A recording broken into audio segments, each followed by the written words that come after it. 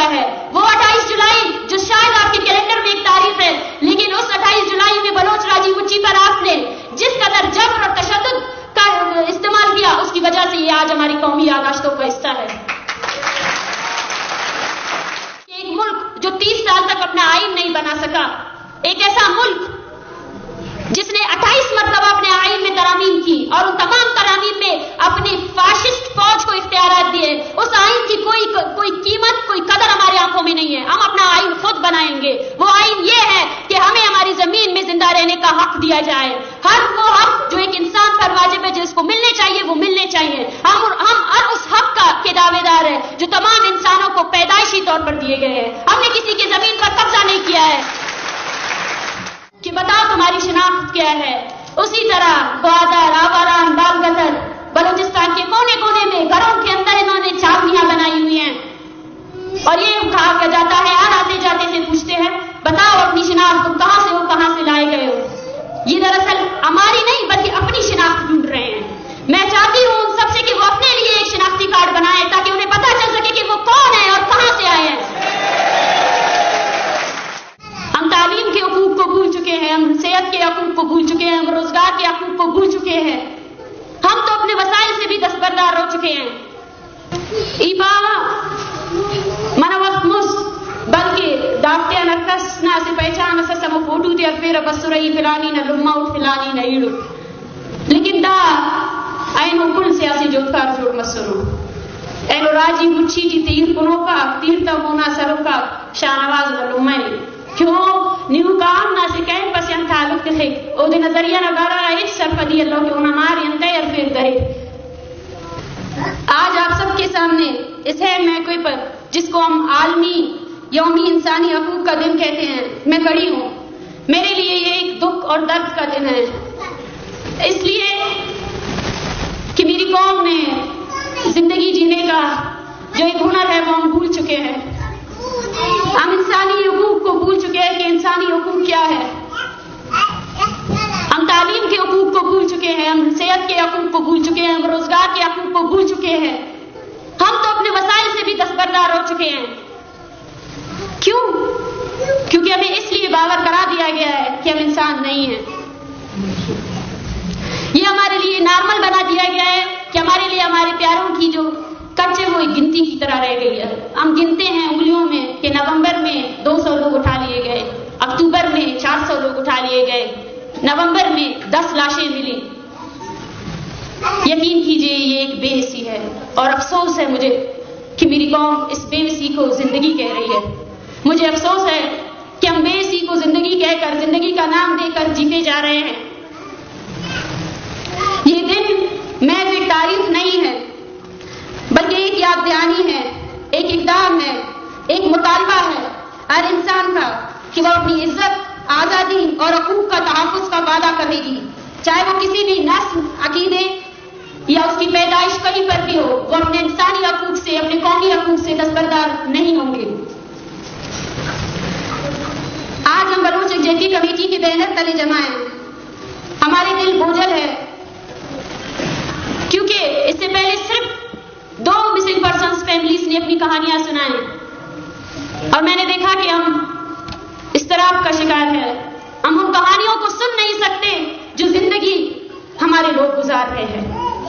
اس کو سن کر ہم شاید ایک وقت کے لیے اس خیال میں چلے جاتے ہیں کہ ہم زندہ بھی ہیں یا نہیں ہیں.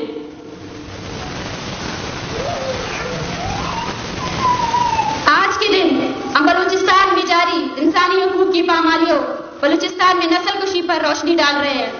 ہماری قوم کے انصاف, مساوات اور باوقار زندگی کے لیے بلند کیے گئے نعرے, وہ نعرے جو ہر بلوچ نے لگائے ہیں, ان نعروں کو دوہرا رہے ہیں, ان ناموں کو دوہرا رہے ہیں جو ہمارے لیے زندہ ہیں.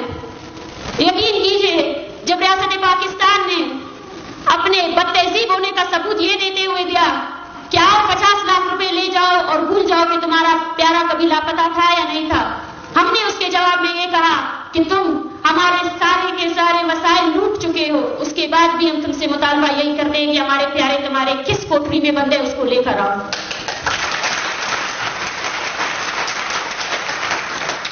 یہ ہمارا حزم ہے کہ یہ تصویریں سب اب صرف ان خاندانوں کے ہاتھ میں نہیں بلکہ ہر بلوچ بچے کے ہاتھ میں ہوں گی۔ دیکھیے تو صحیح آپ کے لیے مجمع اکٹھا کرنا کتنا مشکل ہو گیا ہے، بلینر لگا دیے آپ نے۔ دیکھیے تو صحیح کہ آپ نے کیا کیا قوت آزمائی نہیں کی، لیکن بلوچ آج بھی وہی کھڑا ہے جہاں وہ 1948 میں کھڑا تھا، ایک انچ بھی پیچھے نہیں ہٹا ہے۔ آپ نے نام نیاب سردار بنائے، لیکن دیکھیے تو صحیح آپ کے ان سرداروں کا حد یہ ہے کہ وہ اب کینٹ میں چھپے بیٹھے ہیں، ان کے لیے بلوچ زمین بند کر دی گئی ہے۔ آج آپ کے وہ بلوچ سردار اپنے بچوں کے ساتھ بھاگ گئے ہیں، لیکن بلوچ نہیں بھاگا ہے، وہی کھڑا ہے جہاں وہ کھڑا تھا۔ آپ نے مذہبی شدت پسندی پہنائی، مستونگ میں وہ 5 بچے جو مارے گئے وہ بھی بلوچ نسل کشی ہے۔ لیکن دیکھیں تو صحیح، حیران کن بات تو دیکھیں تو صحیح کہ آج بلوچ کا مولوی بھی بلوچ حقوق کے جنگ میں اپنے عوام کے ساتھ کھڑا ہے۔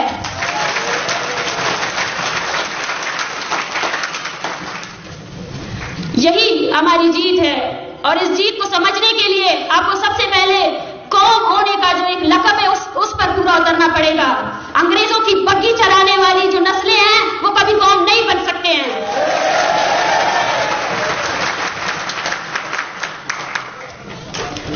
اور ہماری قوم کی یہ جنگ ہمارے قوم کی آنے والے نسلوں کی باوقار زندگی کے لیے جاری رہے گی۔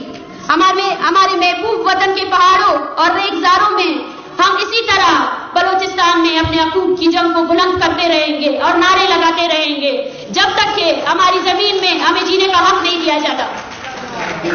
آپ کا مقابلہ ایک ایسی قوم سے ہے جو انسان کو جوڑے اپنے پہاڑوں سے بھی محبت کرتا ہے۔ جائے دیکھے بلوچ کی شاعری کو پڑھ کر دیکھے، اس نے محبت کے قصیدے صرف اور صرف اپنی زمین کے لیے لکھے ہیں۔ آپ کے لیے سی پیک، آپ جب بھی اس سمندر کو دیکھتے ہیں تو آپ کو بلینر پروجیکٹ سی پیک نظر آتا ہے، لیکن یقین کیجئے بلوچ جب بھی اس سمندر کو دیکھتا ہے اسے اپنے شہیدوں کا لہو یاد آتا ہے،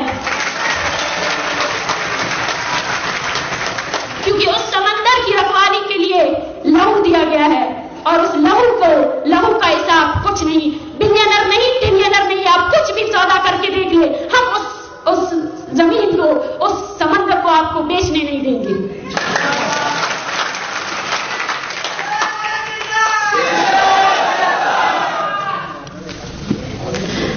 حیران کن بات یہ ہے کہ ہم سمجھتے ہیں کہ بلوچستان میں اپنے قدرتی وسائل کو جس طرح لوٹا جا رہا ہے ہم اس کے لیے بات نہ کریں، ہمیں ڈرایا جاتا ہے، ہمیں دھمکایا جاتا ہے۔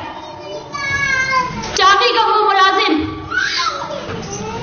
وہ ڈرائیور جو تیل کا کاروبار کر رہا ہے، جس کی خود کی زمین سے سونا نکل رہا ہے، یہ اس کی بھی جدوجہد ہے، اور بلوچ اپنے وسائل کا بھی تم سے مطالبہ کرے گا، اپنے ہر چیز کا مطالبہ کرے گا، کیونکہ ہم سمجھتے ہیں کہ 1948 میں زمین میں قبضہ کرنے کے ساتھ ساتھ آپ نے ہم سے ہماری انسانیت چھین لی ہے۔ اب ہماری قوم لاشوں کو بس گن رہی ہے اور کچھ نہیں رہا ہمارے لیے، ہم اسی انسانیت کو واپس لانا چاہتے ہیں، اور یہ جنگ اس زمینی قبضے کے ختم ہونے کے بعد بھی جاری رہے گی۔ ہم اس انسانیت کی کلیم کر رہے ہیں جس سے ہم ایک تہذیب یافتہ معاشرہ بنا سکیں۔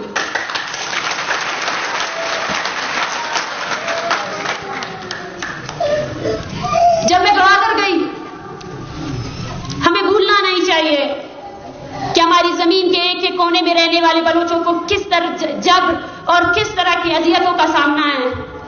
پورے شہر کو ملٹرائز کیا گیا ہے۔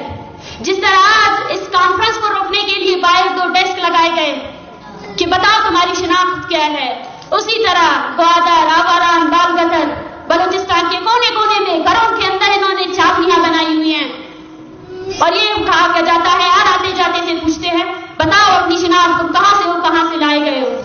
یہ دراصل ہماری نہیں بلکہ اپنی شناخت ڈھونڈ رہے ہیں۔ میں چاہتی ہوں ان سب سے کہ وہ اپنے لیے ایک شناختی کارڈ بنائیں تاکہ انہیں پتہ چل سکے کہ وہ کون ہے اور کہاں سے آئے ہیں۔ بلوچ تھکا نہیں ہے، بلوچ کو تھکانے والے لوگ